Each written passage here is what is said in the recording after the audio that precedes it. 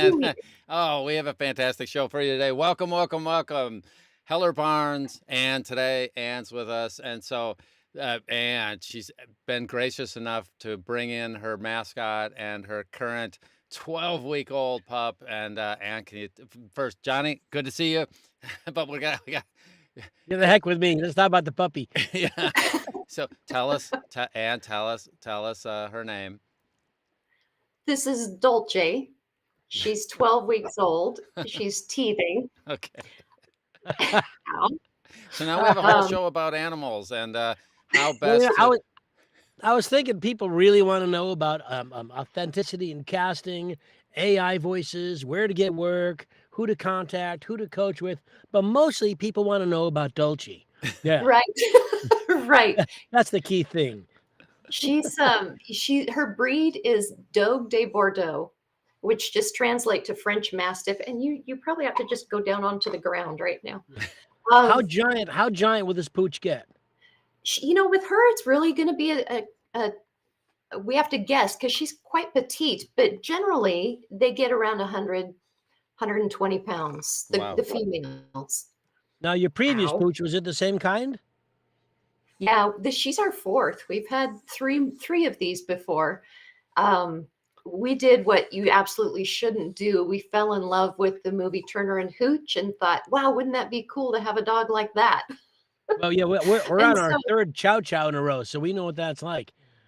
Yes, we have a Chow Chow and a Havanese, and it's a second of both of them. We have a Chinese communist and a Cuban communist. So yeah, we're doing fine. Yeah. And But my dog likes to drink wine.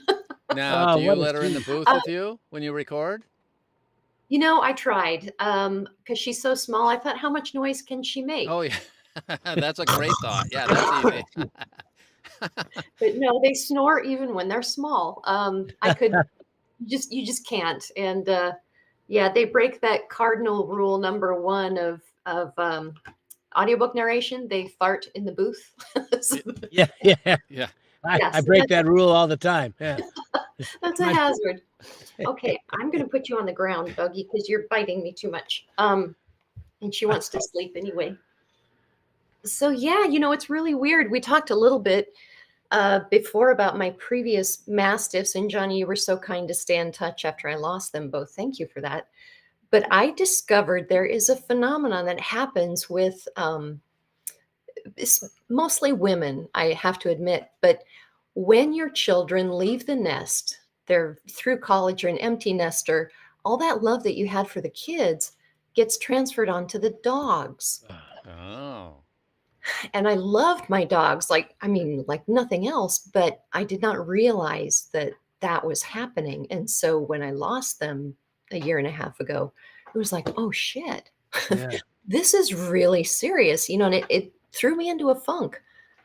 Took about this long to get out of it. I mean, it actually about 6 months ago, I felt much, much better. I painted Herbie's portrait and that lifted the fog, but it's a weird phenomenon. And I've talked to several women since who have experienced the same thing. And we're like, it's a dog, we love them like family, but it's a dog. Why is it affecting us this strongly? There's so many studies and talks done about the grief one endures with the loss of a dog or a cat. I mean, they are part of the family, and it's as traumatic and grief-inducing as the loss of a sibling or a child or a father. It's brutal. I mean, the part of the thing is we're all learning as we try to get along that trauma comes in different ways and different levels to different people, and your trauma and how long it takes to get through it, how you deal with it, the changes it wreaks or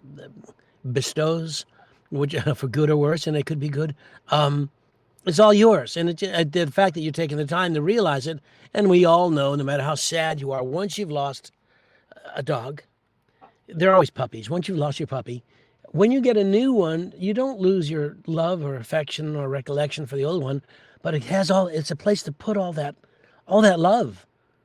all that caring, all that, it's a new repository. Like my current Havanese is not his not as loving as his predecessor. He said, come on up. Harpo, his name is Harpo Barks. Come on. And he won't come on. He looks at us, literally looks at us, and makes a decision not to join us. But you can see it. Nah, fuck you guys. Right. We get that here too. Yeah. We got a couch that's really high off the ground because he likes to be underneath it. I don't see him for a week at a time sometimes. He's just under the, time to go out, he'll come out under the couch, go out, and then right back in again. It's like I have one dog. There's a couch off it. Well, there's advantages to that. Oh, yeah. There are. I always like the 2-dog thing because they can hang around with a friend, all the time. But I'm so glad you got Dolce and that your heart is better. Because I know I know what you went through, and I felt so badly. Because I have a picture of you was with your puppy, was a Herbie, Yeah. I really, I didn't realize how much I leaned on him. He was a literal therapy dog, and it just was startling and alarming. Everybody, Don is my therapy friend. He doesn't wear the little sign. I can bring him to stores and restaurants with me. I bark very effectively, and it cheers him up. Whine a little bit. Yeah, So Lisa even posted something. We had a cat show up outside our house for a couple of weeks, and we could tell it hadn't been. It was trying to steal food from our other cats.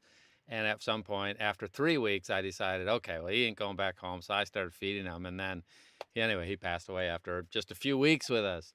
Now we have 4 other cats, so it's not, we were sad, which is the funniest thing. The cat had only been around for about a month and a half that we had seen it, and we were sad about it. But, the only good thing is I'm more mature, and I've had a lot of cats and dogs over the years, and we don't wait very long. I mean, 6 months, we get another one, or 3 months or something. And by the way, we're all solitary when we're working. We're in a booth, or I sit by myself 98% of my time while working.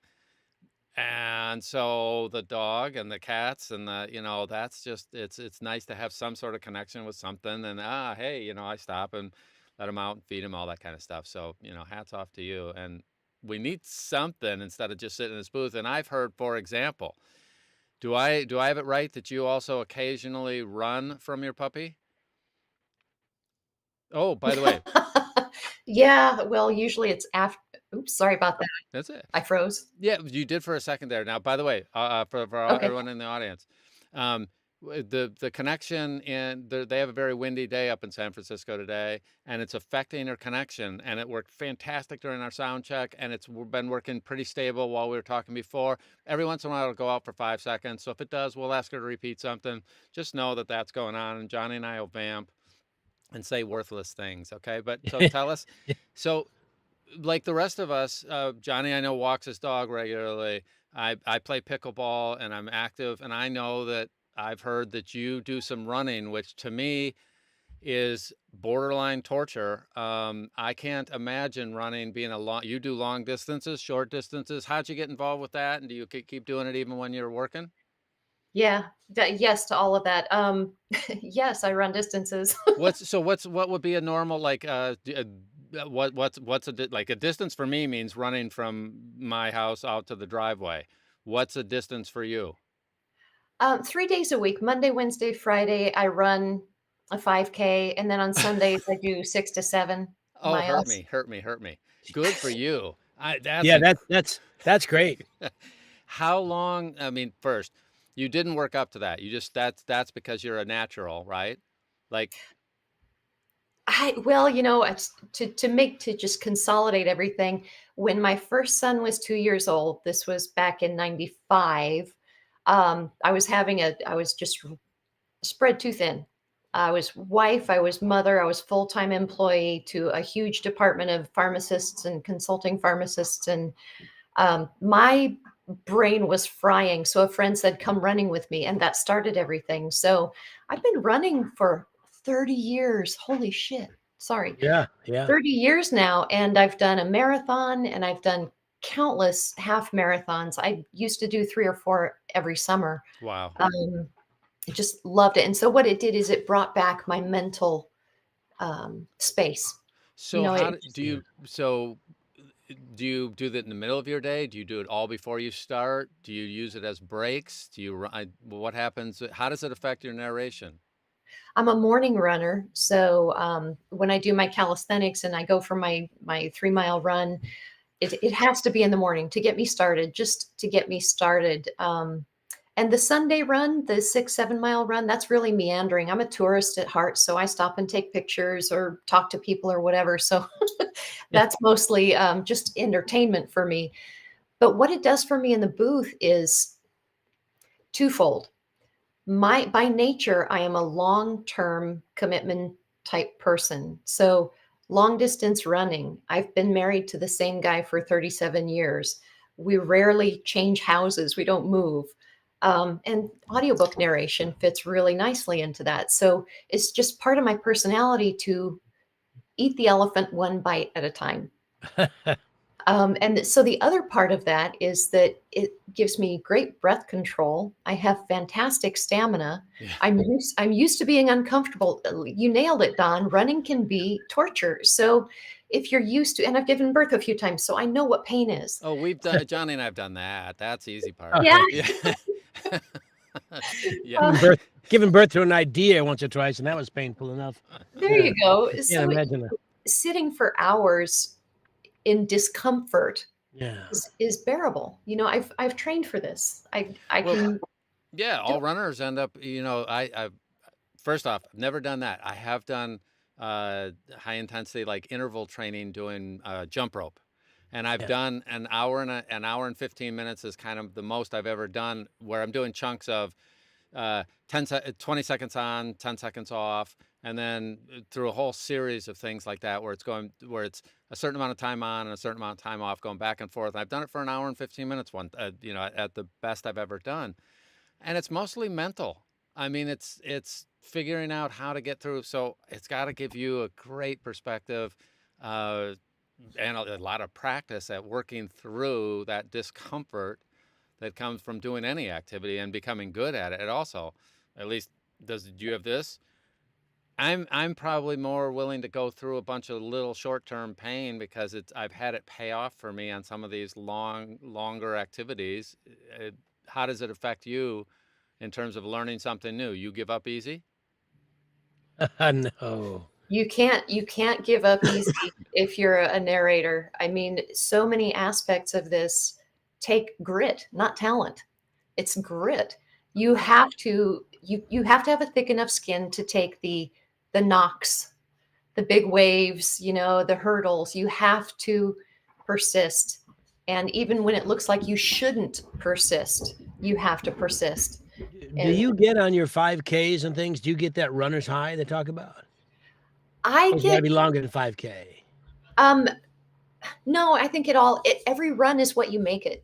Mm-hmm. So I know what you're talking about, the runner's high. I mean, I go on hikes of 3 to 5 miles almost daily, and I go to the gym 3 times a week.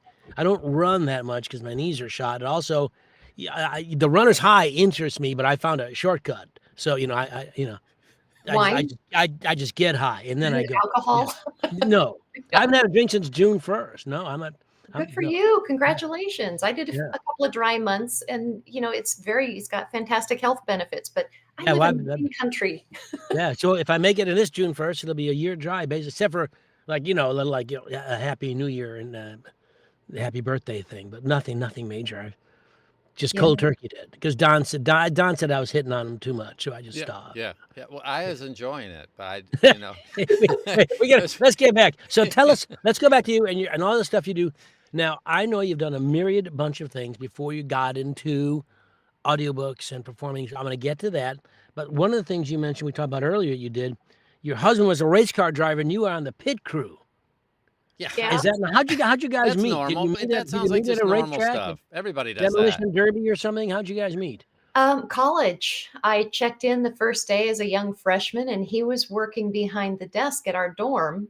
Oh, clever And lad. I was like agog. I'm from a very small town, in rural Nebraska outside of Omaha. The first boy you'd ever seen? Almost. And here I am. And I also love, oops, there goes my hair. I love wildlife and fish and stuff. And so I brought my aquarium with me to be in my dorm room. And so I'm sitting with my aquarium in my arms, checking in, filling in the paperwork. And my mom was with me. She had the fish in a jar. And after we left signing in and doing all the paperwork and I got my keys, I turned to her and I said, if all the guys here look like that, I'm not coming home. And then, so 6 months later, the dorm threw a dance called Screw Your Roommate, where you're supposed to set your roommate up with somebody they don't like. And I talked my friend into setting me up with Gary, my husband, and she did. And so the rest is history. When did the racing start? His father was a dirt track racer. I mean, we're talking really cool stuff. Nebraska had several dirt tracks back then.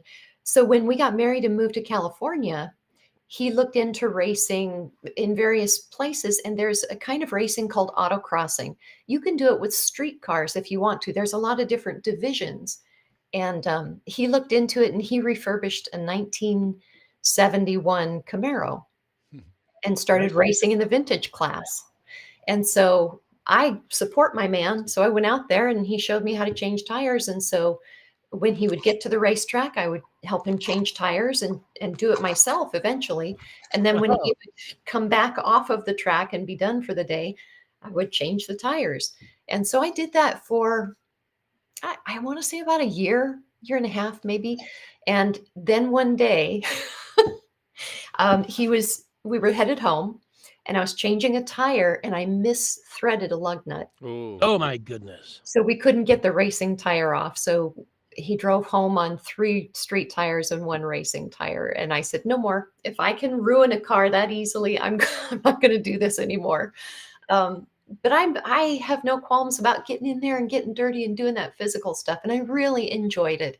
And he did very well racing. It was quite a fun activity. And then I got pregnant and it was not fun dragging the kids to an airstrip in 100-degree weather to watch car races. That makes sense. That makes sense. Now, today when you narrate, do you take breaks and do some exercise, say, in the middle of your day? Or are you exercise in the morning and then that's kind of it? I mean, is it part of your, in the middle of your day type thing? Do you use it as a break? Do you not? The dogs are my break, or my dog is my break. I don't exercise during the day, but I do have to get out of the booth and stand up. I've got some tendinopathy, which makes it very, very painful to sit for long periods of time. So every 45 minutes, I have to get up and I go up and down the stairs to get to the coffee machine. Yes, I know I shouldn't drink coffee when I'm narrating. I don't. But people say that. See, I don't agree with that at all. I don't agree with you. You could have when you narrate whatever you want. I think literally, if something makes you feel,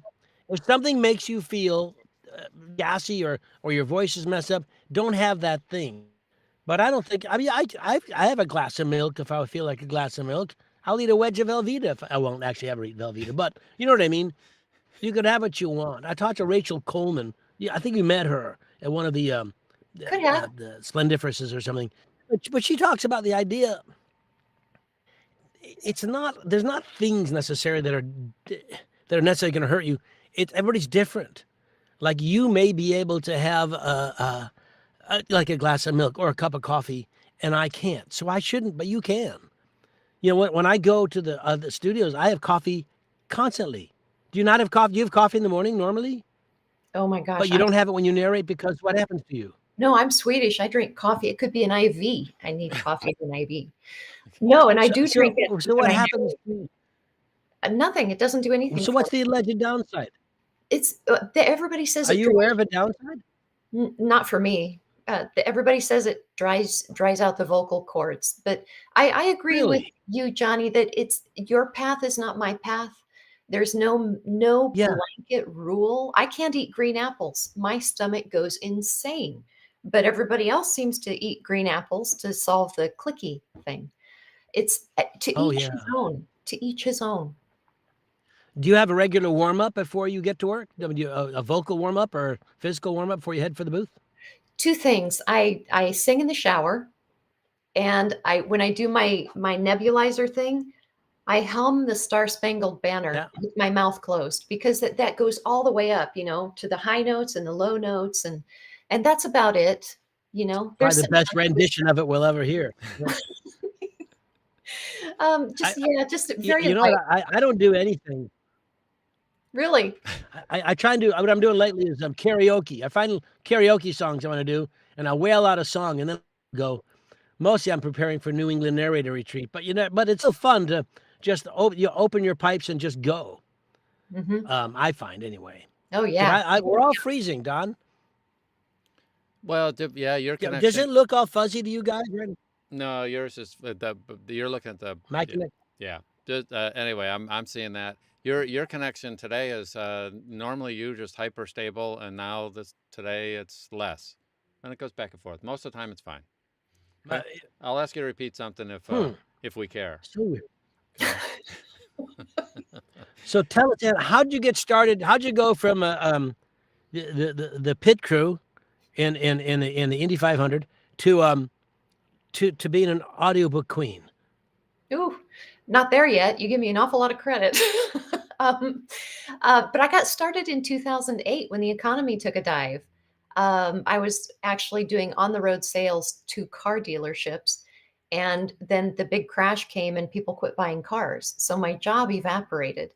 And my husband said, he is my cheerleader. He is the reason I'm here. He said, why don't you just revisit what you want to be when you grow up? My words, not his. And so I thought I would revisit what I went to college for, which was broadcast journalism. And I decided, no, I have kids. I don't want to go into some newsroom at 3 a.m. So I looked into voiceover, the community education thing where you learn to crochet or Tai Chi or whatever.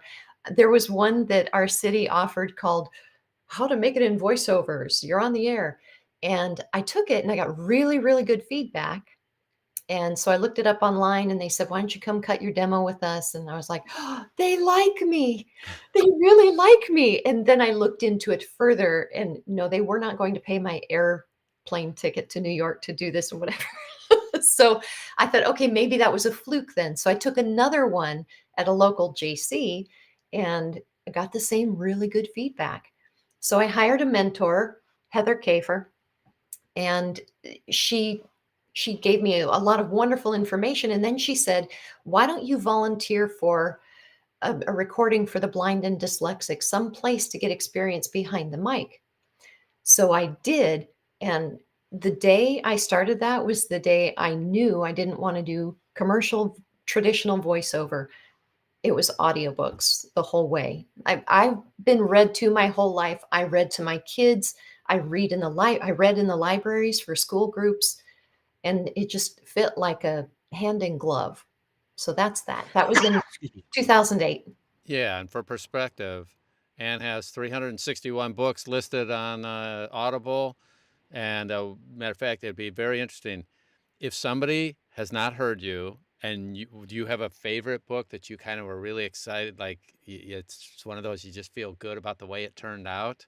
What would you recommend someone who's never heard you go out and check out? You have anything you can think of?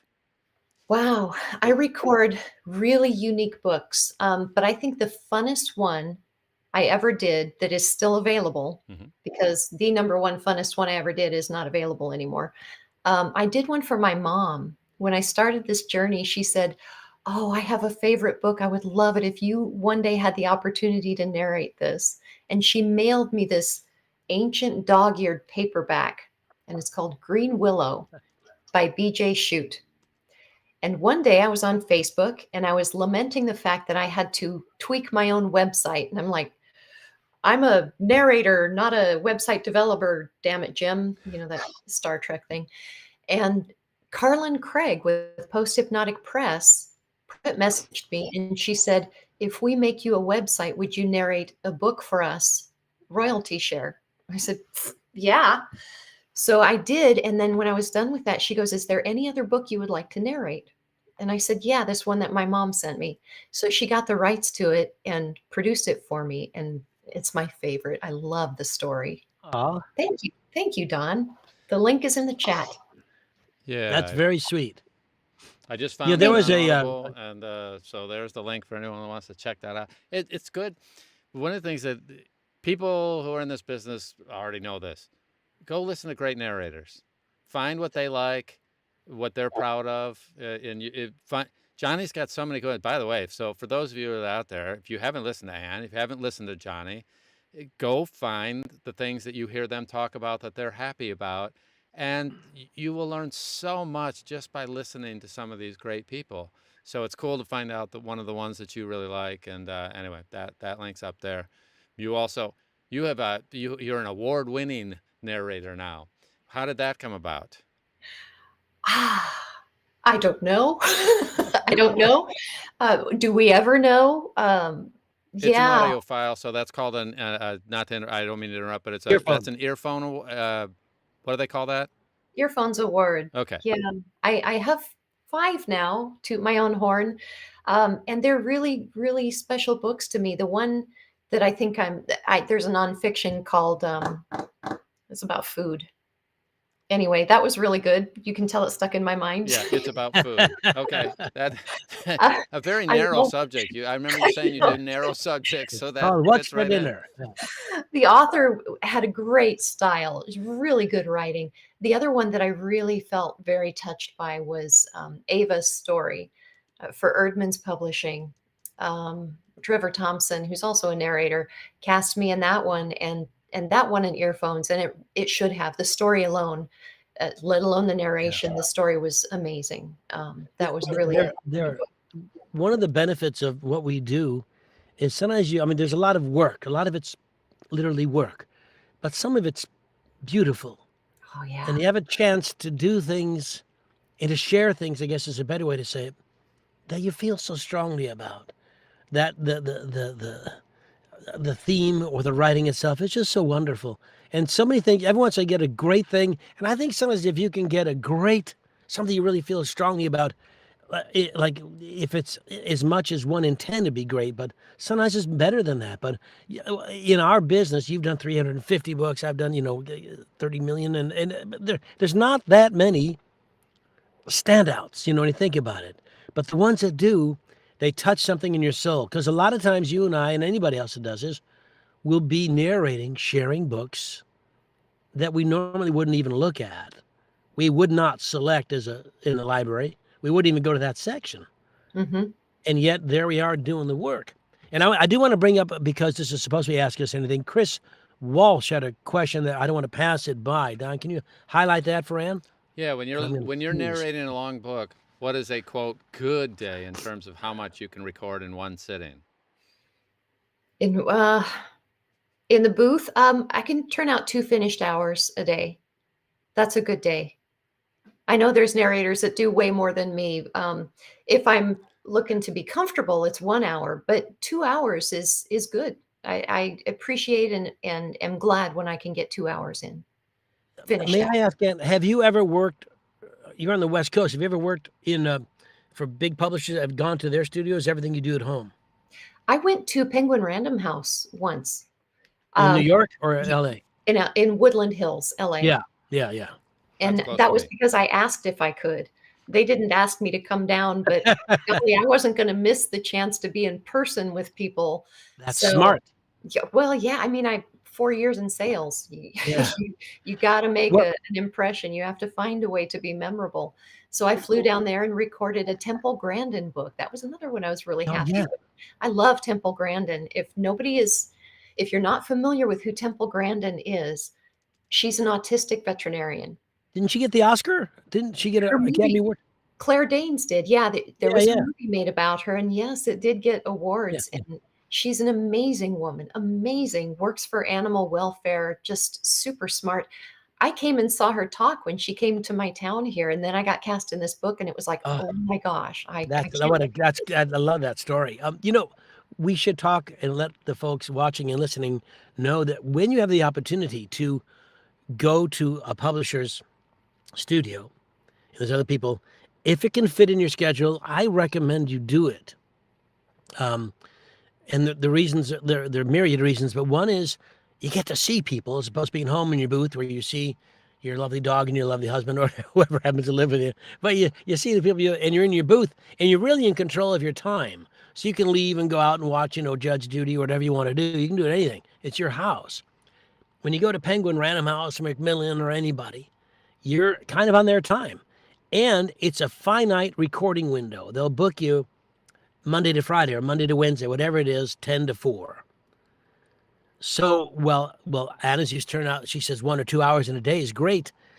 She's going to have to turn out more than that, and she will, because there's nothing else to do besides take your breaks, have your lunch, but she gets a chance to meet people. Because everybody, oh, Anne sounds nice, I like the sound of her voice, but until they meet her and find out how charming and wonderful she is, they don't really know her. And this is an opportunity in a business that is fairly solitary to really meet other people. And I know at Macmillan and at Penguin, all those guys, they generally give you lunch, and you get to go have lunch with the other talent and other publishers, producers, casting people. And man, it makes a difference. And it changes your emails. They're not blind emails anymore. You have things to talk about. And all of a sudden, friendships. That's like Joe Leslie Frumkin on the audiobook. Have you been to Audiobooks at Sea yet? Mm-mm. On his boat? Neither have I, but they're out there. And the experiences they're going to have, seasickness, pirate attacks, that kind of thing, are going to link them together for a long time in a friendly kind of way. Norovirus. Yeah, all that. Yeah. The good ship Petri dish. They're going to have a wonderful time. So they're going to have a lot to, as they lay in their hospital beds, they'll have a lot to talk about. I have a pox on my house for saying that. Even. By the way, so the book you did for Temple was called Calling All Minds. Is that correct? Yeah. Okay. Yeah. It's not your, let's read this for pleasure. It's a children's book on science projects. And she tells little anecdotes about how she did them when she was a kid and why she did them and what she felt about it. So it's not like, a beach read. No, it's, if you have kids, it's good. Cool. Oh, that's great. And go ahead, John. So I'm sorry. Go ahead, Donnie. So right, I'll go ahead. Yeah, I'm always curious. As you're doing these, and you're doing a couple hours a day, I mean, but that's a couple hours a day is just a crazy amount. And you said you're taking breaks every 45 minutes. You're not working straight through that's probably what, 3-4 hours in the booth, 3 hours, 4, which is a lot of time in the booth. It's more than that. Yeah. Yeah. Okay, let me back up and say that the nature of most of what I record is odd. Not odd. It's not odd at all. It's fantastic, but it's Icelandic. It's nonfiction, dense material with hundreds of words that I have to pronounce and look up. So that 2 hours for me is basically 9 to 5 with an hour lunch break. And that's a long day to only put out 2 hours. Yeah. But as everybody knows, the genre matters. So if it's a Holocaust book and I have to stop every 15 minutes to cry or throw up, it's going to be a long day, and my productivity is going to shrink. So that's why 2 hours for me takes 9 to 5 in the booth. I also think it becomes. Go ahead, John. I worry about this a little bit because people ask all the time. Yes. How many finished hours do you do in a day? And that's I used to be on the beginning of the social media bragging. It used to be how many hours they were in the booth. Well, I've got an iPad in here. I can watch TV. I can watch Netflix in here all day. So how many hours in the booth isn't really a fair thing. How many finished hours did I put out in the hours I gave myself to work? But that's also, as you point out so smartly, really dependent on what the book is. It's so, and what right now I'm doing a multicast book. It's Dracula. Wow! Congratulations! No, it's fun. It's great, and I'm doing a few different roles, none of which are American for me. I'm doing all the foreign roles. So, and I stop frequently, not only because. I don't know if you've read Dracula. I had not. I thought I had. One of the books you just think you've read. I hadn't. It's all from diaries. Different. All the actors in the show, all the players in the Dracula write diaries, except for Dracula, about their experiences. So it's all there, and it's all that late 1800s words and the verbiage. So you have to stop and look things up. And plus, I'm doing a few different British people, so I have to check and make sure that I'm sounding just the way I want. So it's taking longer than I ever do. I've done 13 to 15 books this year already. So I work fast. This is not fast. No. And I understand it's because of the genre, because of what I want to do. I used to tease my wife, Joanna, because she'd go back and listen to things, make sure things, she's really careful, very careful worker. And I'm like, just fucking get it out. I'm Joanna parenting this whole book. You know, I'm stopping, I'm listening, I'm double checking, I'm going back, and I'm listening to everybody else's performance samples so that when I have to do their character, I'm giving it at least something like what they sound like, so it makes some sense. So there's a lot of work. So depending on what you're doing, it's erroneous and a mistake just to say, I turn out this many hours a day, because you can't and you don't. Genre specific, nonfiction, big words, or emotional stuff, much harder and takes longer. And as long as you know that about yourself, you can budget your time wisely, and you seem to know exactly what you're capable of. And I think that's super smart. And it's one of the reasons I believe you're successful, not just talent, but also you know how to manage your time. You have to. And I'm a big believer of, being raised on a farm. Make hay while the sun shines. Yeah. So that means doing all the research during noisy times in the house, because when I'm in the booth, that not only means I'm working hard in the booth, but everybody else in the house is impacted. And I don't want to disrespect their efforts to help me record. Right. So if it's a quiet time, I'm going to use that to my best ability and do all the other stuff when people just have to carry on with life. I did see that Sandra asked a question about, is the 2 hours just narration, or does that include editing? It's clean punch and roll. So as far as that is editing, it's clean punch and roll, 2 finished hours. Do you do your own editing, proofing, mastering, or do you send that out? I send it, well, I how do I answer this? I do it on my own Lie project. to me. Just lie. It's fine. No, lie to you? Yeah, no one's gonna know. Yeah. No. I believe in transparency. I do my own editing and mastering. I've studied with Roy Yokelson to learn how to do the mastering part very well. He's made me a great stack. But the caveat with that is I hire an outside proof listener, because as we all know, you should not proof your own work, because you won't know, you won't recognize a mispronunciation if you were raised saying it that way. Yeah. If you got to wash your clothes, you got to wash your clothes. Yeah. Exactly. So I do my own. I use Positron. It works fine for me. I'm not a power user, but I'm going to be, because I just learned a whole bunch of really cool stuff when they were on their Pano webinar the other day. But I do it all myself, and then I have somebody proof listen to double check my work. One of the things, though, about this whole hourly thing, that's like saying, all right, you've been running for the last 25 years, and I'm going to be a runner. And how many hours are you running a week? And I go, wow, okay, so that's what I need to do. I'm gonna start doing that. And a month from now, I'm gonna run the number of hours that Ann's running. And it's like, no, it may take me 3 years before I'm able to run at the level that you're running on a weekly basis. And if you've been doing this for 5 years, you've learned over time how to budget your time, but how to get things done.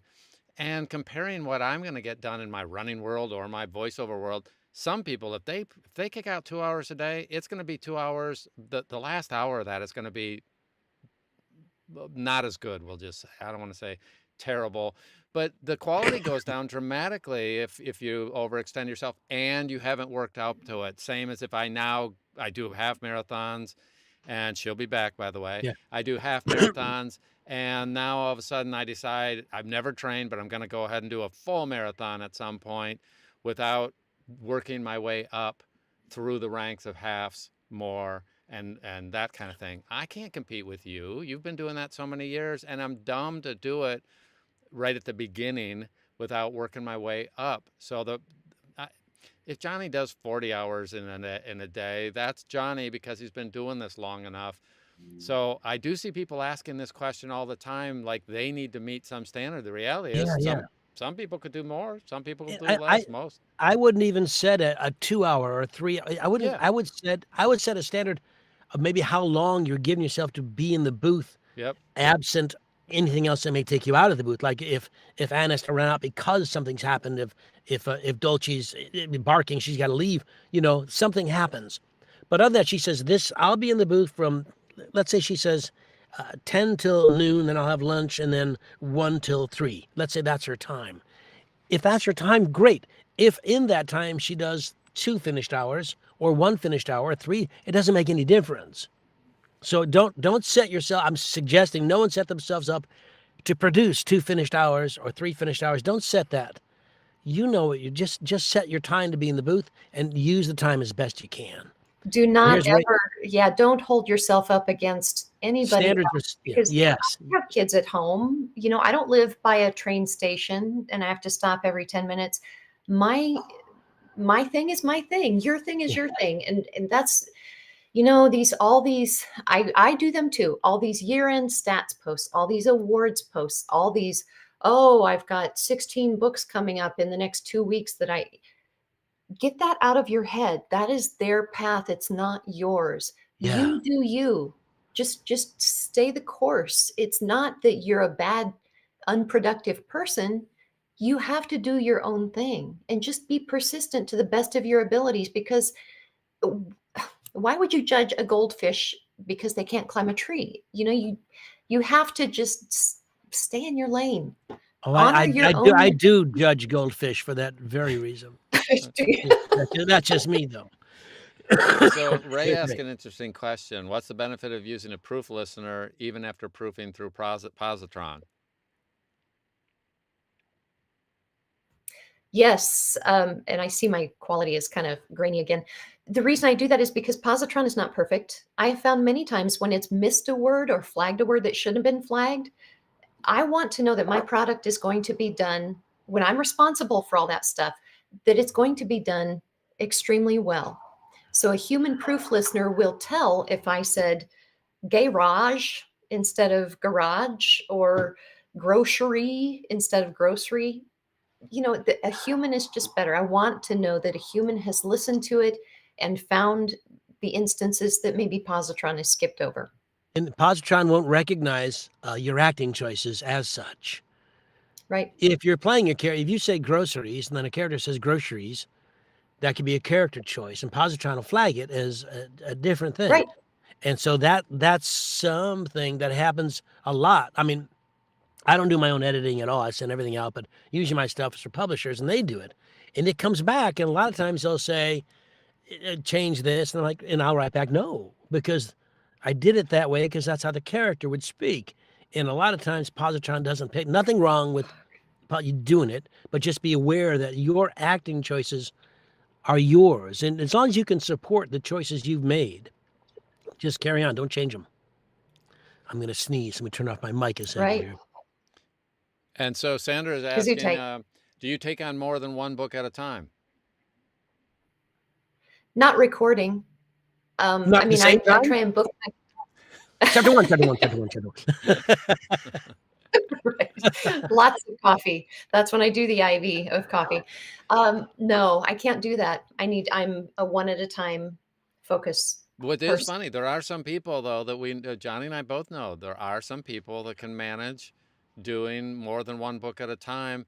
And there also, you have things that they may have to ask a publisher a question, and it may take a day to get an answer back on something, or a pronunciation thing so I do know there are sets of people that do that, and there are other people that would never do it, and both are good answers. It depends partially on your personality.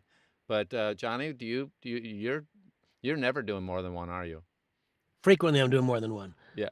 At the same time, like you might do a session in the morning on one book and a session in the afternoon on don't you go back and forth every 10 minutes? That's what I thought I remember you saying. In my mind, I do. Okay.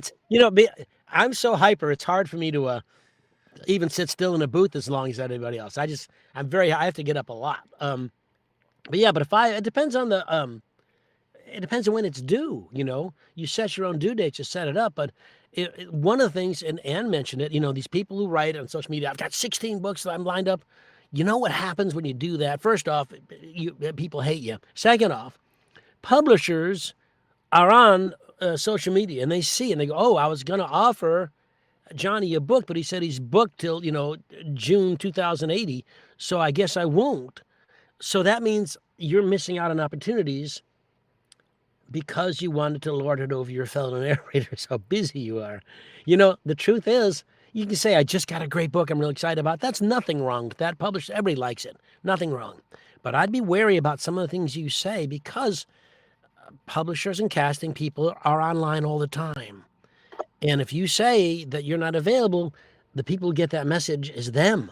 So, and the fact is you might be. Like, Anne doesn't do 2 books. Well, let's say she's doing whatever book she's doing in the morning. And I say, Anne, this book, I really want to work within your schedule. Can you possibly do it? I'll just get an hour done. And maybe it's a book we both want to do. And I'll talk her into amending her schedule. She can do her work in the morning and maybe just give an hour to 2 hours in the afternoon for this project. She can do it as an actor. Can't she do it? Who knows? But that conversation wouldn't even happen if she said she was booked. This is an opportunity to do more, to get more, to and you just never miss an opportunity because you asserted bragging rights. It's a fine line, though, because success breeds success. And we all want to be successful. Oh, it's very tricky. It's a fine line. It's also something, though, that I think that Johnny's a master, though, of the scheduling, and he's been doing this long enough to know that a certain book he can look at it and say, based on what I know already, this one is probably going to take me 2 weeks or 3 weeks. And so he probably, I'm going to guess, Johnny, you negotiate with the publisher and you put in a little wiggle room knowing that you want to be early and you probably are going to be early because you've given yourself an extra week or something. And then if something comes up that's just like, oh, that's a great one, you have just a tiny bit of wiggle room in your schedule. Am I close? Yeah, that's exactly right. Always. And when you negotiate to do these books, there's always wiggle room. And you have to build it in. There's definitely wiggle room on the publisher side because, none of us has ever recovered from COVID. And a great deal of what we do is COVID related. So publishers, I'm telling you, and rights holders are aware that something may happen. You may get sick. You may get a cold. They're used to people missing chunks of time because of COVID. Nothing you can do about it. It messes up everybody's schedule. Oh my God. But because society has never recovered from the pandemic. We've never even honestly dealt with the ramifications, but it's affected how we work, when we work, and the hours we can work. And I think that's something you need to be aware of when you build things in. Always be early turning your books in. Yeah, but you also have wiggle room in your schedule because you knew right when you negotiated, and that's just a lesson for the rest of us. If you're looking at something, don't schedule yourself so tight that you couldn't take on an extra project if you decided it was right for you. That doesn't mean you need to. Anne can go ahead and do it the opposite and say, this is going to take me a month and a half, and turn it in a month. And they all think, oh, what a superstar. She's just, I love working with Anne because she's always on time. So even though she's not taking on them or doing them now, are sometimes you prepping for a next one in the middle of a first book? Does that ever happen? Oh, always. I prep every night. I mean, it's a never ending thing. And that's part of what I tell the people new to the industry is that if you really want to replace your steady income with audiobooks, you better be prepared to find a way to prep all these books you want to narrate and figure out how many books you need to narrate every month, how many finished hours you need, not books. But yeah, I mean, I sit at home with my laptop while I'm watching TV and I'm prepping the next book. Yeah. Paying half attention to the storyline of both. Sometimes I miss parts, but generally it's okay. It's usually a TV show. Do you find that because we're reading books out loud for a living, we're doing a lot less pleasure reading? Correct. I find it because I've got 10 books lined up from my birthday through Christmas that I'm waiting to get to, and I'm all 3/4 of the way through one. And as soon as I get to an interesting part, something comes up because you have to prep the books you have to do. Not that it's bad reading, but it's not the book you selected. And so that's something else you have to be willing to negotiate with yourself over. Some of the things you want to do that you used to do, that you're used to doing, you can't do in this business. You simply Yeah, can't. that's why I listen to audiobooks. I listen all the time. You know what I do? I know. Do you listen on your runs? Absolutely. I'm a junkie for nonfiction self-help books, and I've always, every workout, every run, I've got them in my ears. My treat for taking my walks to the park or going to the gym is that's when I listen to my book. I listen to history all the time or comedy, but whatever I want to listen to, or I listen to new narrators, whatever.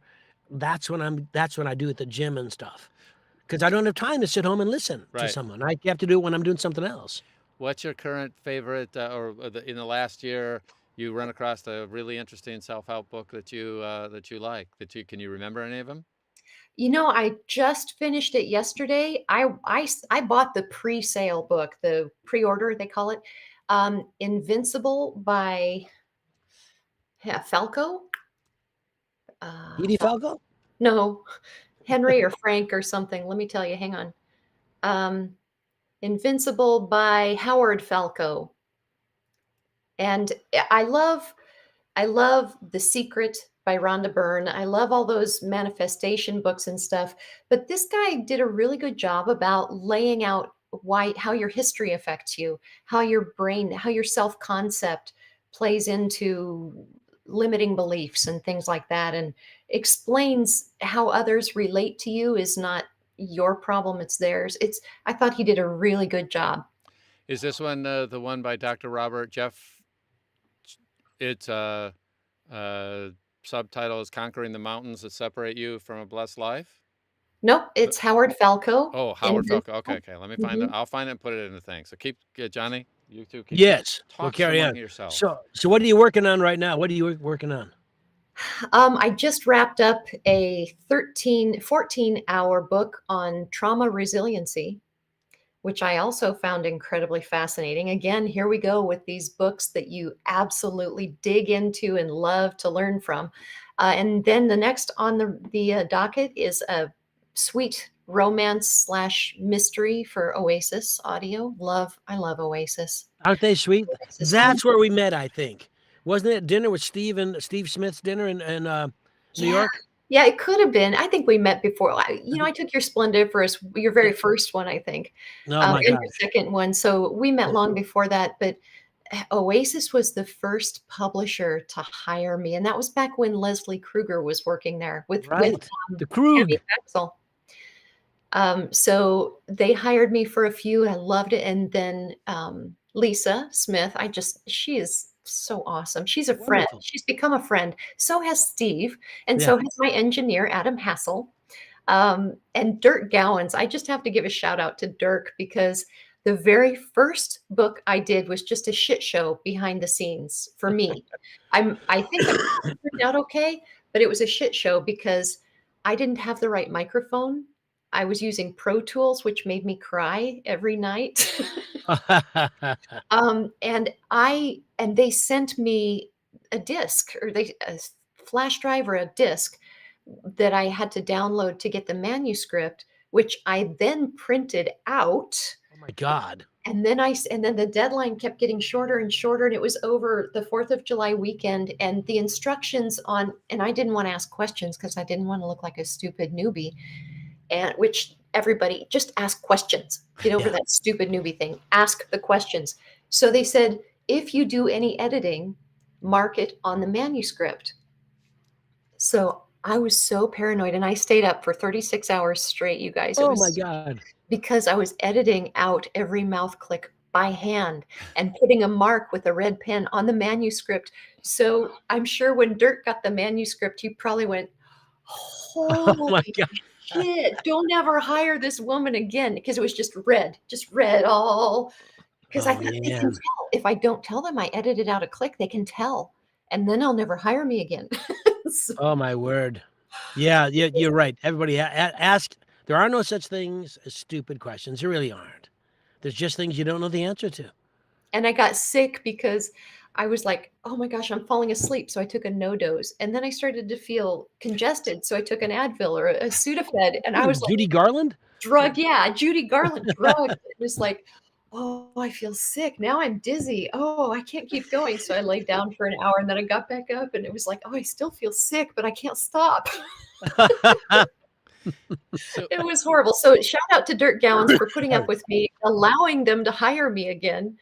And I love all of my clients, but I have a special relationship with Steve and Lisa. And that When I just, started this thing way back when, we used to have to make copies. You had to mimeograph the book. You went to a copy machine and you'd make the pages. You'd bring the pages in the studio before iPads and stuff. But Steve and Lisa, they're out in Chicagoland in Carroll the West. Stream, Illinois. Yes, yeah. So that's not far from where I grew up. So I went out there. They put me out there once in a hotel, and I worked with them. I mean, I ended up knowing them a long time. They're just wonderful people. We're talking about, if you miss it, Oasis Audio. They're great, just lovely, charming people. A smaller publisher, in terms of size of employees and operation, but just delightful people. And really, they gave me the whole Flash Gordon series. Oh, wow. Yes, that was fun. So they get some wonderful things, and they are just charming, charming people. before we're getting close to the end here, I know you all, there's this thing I've heard of called Great Plains Audiobooks. Oh. Have you ever heard of that? I have heard of that. And is that something you're pursuing? Is that, how's that, can you tell us about it? That is a passion project for me. And I started out with great aspirations until I discovered that being an audiobook publisher requires you do a heck of a lot of marketing for the titles that you produce. Mm. And unfortunately, the titles so far, well, I'm not even going to plant that seed. They're fine. It's me, it's my shortcomings in marketing. But what Great Plains Audiobooks is, I think I mentioned I grew up in Nebraska. I had a very idyllic childhood. I grew up on horseback on the farm, loved learning about Nebraska history, went to the University of Nebraska. There's a great pride in being a pioneer, Nebraska person. And I'm also half Swedish, which I didn't mention before, but I know I've said it everywhere else. My father was a Swedish immigrant, and there was always Swedish guests in our house. Now, he didn't teach us to speak Swedish because his generation was, I'm American now, I'm going to speak English, and we're all going to be American. It was my mom, who was not Swedish. She's from Iowa. She's the one that worked hard to bring the traditions into our house. She learned to make Swedish food. We learned Swedish customs and things like that. But when my father passed away, I had been back to Sweden with him before, but when he passed away, I went back to Sweden. I had that, there's a word for it when you step on another country's soil and you feel like you're coming home. Oh, I thought the word was invasion, but okay. No. Yeah. I feel like I'm home when I go to Sweden and I spend time with my family. I feel like there's another universe that I'm a part of, that I belong. It's it's cool. So anyway, to make it, because I know we're coming up on 11 o'clock. My focus is publishing books written about the Midlands or by Midlands authors, and also Scandinavian books that otherwise might not make it into English. And one of those books actually won an Earphones Award. That's wonderful. Congratulations. Yeah. That's great. Thank you. Krista Lewis directed me. She was amazing. Jessica Kay is my attorney. She helped me acquire the audio rights. It's a group effort. Melissa Coates did my post-production. Nice. I love that. And so recently, what makes me super proud is I published 3 vintage mysteries by one of Nebraska's most well-known, this is relatively speaking, mystery authors. Back in the 30s, she was the Agatha Christie before Agatha Christie was Agatha Christie. And her name was Mignon G. Eberhardt. And she wrote these great noir mysteries, vintage mysteries. They got made into movies too back in the 20s and 30s. So the Patient in Room 18, The Mystery at Hunting's End, and While the Patient Slept. And they're all closed room, locked room mysteries. They're nice. Really cool. Yeah. Thank you for asking. I love to talk about that. But production is dribbling down to 1 or 2 titles a year because I have to narrate them and produce them and market them, and it's hard. It is a lot of work. Yeah. Well, before we go, Don, tell us, are you ready yet to? We have to do a whole show again. Huh? I'll talk about it next week. All right. Let me. Here's for those of you in the New York City area. Sean Pratt and I my good friend. He and I have traveled all over the place together. We're going to be in New York City May 3rd and 4th doing an audiobook intensive, 1 day fiction, 1 day nonfiction. Go to johnnyheller.com for all the workshop info, and that's where you pay and find out about it. And those of you wondering, I think after the 15th, when the tax date deadline, is when I'll probably open registration for the New England Narrator Retreat 2025, which will be in Framingham outside Boston at the Warren Center, where we've been the last 5-6 years. It's our 10th anniversary, so we're going to have a nice crowd. I've got publishers all set. I've arranged more rooms than we had before, so it should be great. So that'll, if you don't follow me yet, follow me on and join the Johnny Heller Workshop alumni group, and I'd love to see you there. And it's always charming. I'm so happy that things are going well for you. I'm so happy you're successful, and I'm so happy you have Dolce. Thank you. Yeah, it's just the hole in your heart was, I could see from miles away. Yeah, so this is great. Thank you so much. It's been fun talking to you guys. Thanks for having me on. It's been an absolute pleasure. If you guys, Ann, you also coach real quick. You want to coach with Ann? How do they get hold of you? What's the, did you freeze? Our website is Ann. Let's see if I can find it here. Oh, she's frozen. I did. Donald found it. You froze. If you go to Great Plains, though, I they froze can get a hold Ann of you. Richardson. Can they get hold of you through the Great Plains one as well? She said AnnRichardson.com. Is that where it is? Yes. Okay, Yes. Yes to both of AnnRichardson.com. those. You can coach, and she can tell you she's a wealth of knowledge. She's an inspiration. She's a delight. So coach with her, learn from her. And it's been wonderful to have you on. I really appreciate you coming on. Thank you so much, you guys. This has been a lot of fun. All right. And so be sure to share this. Be sure to like it. And one of the things that really helps us, if you make comments, share it in different groups that you're in, anything like that. As always, we're super happy you're here, and we look forward to seeing you again on The Wire. See you next week. Bye-bye.